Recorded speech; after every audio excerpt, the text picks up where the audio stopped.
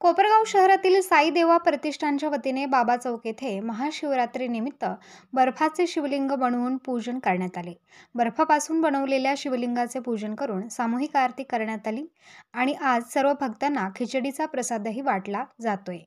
साई देवा प्रतिष्ठानचे संस्थापक दीपक वाजे यांच्या मार्गदर्शनाखाली वर्षभर विविध सामाजिक आणि धार्मिक उपक्रम प्रतिष्ठानच्या वतीने राबवण्यात येतात। आज महाशिवरात्रीच्या निमित्ताने प्रतिष्ठानचे सदस्य विनय भगत यांच्या हस्ते बर्फाचे शिवलिंग उभारण्यात आले। तसेच दीपक वाजे आणि आकाश वाजे यांच्या हस्ते आरती करण्यात आली।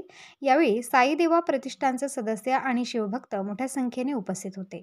या प्रसंगी महाप्रसादाचे वाटप करण्यात आले असून शेकडो भाविकांनी या प्रसादाचा लाभ घेतला। प्रतिनिधी विशाल लोंढेसह मोबिन खान। सर्व भाविकांना शिवरात्रीच्या शुभेच्छा।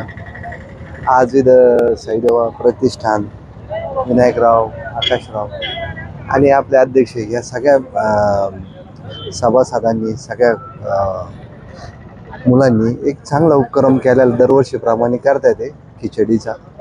या वर्षी पण चांगला केलेला आहे, तर सर्व भाविकांनी या प्रसादाचा लाभ घ्यावा ही विनंती। आज साई देवा प्रतिष्ठानच्या अध्यक्ष दीपक भाऊ वाजे यांच्या अध्यक्षतेखाली आज इथं साई देवा प्रतिष्ठानने बर्फाचं महादेवाचं शिवलिंग स्थापन करून इथे महाप्रसादाचा वाटपाचं काम सुरू केलेलं आहे। तरी सर्व भाविकांनी इथं महाप्रसादाचा लाभ घ्यावा।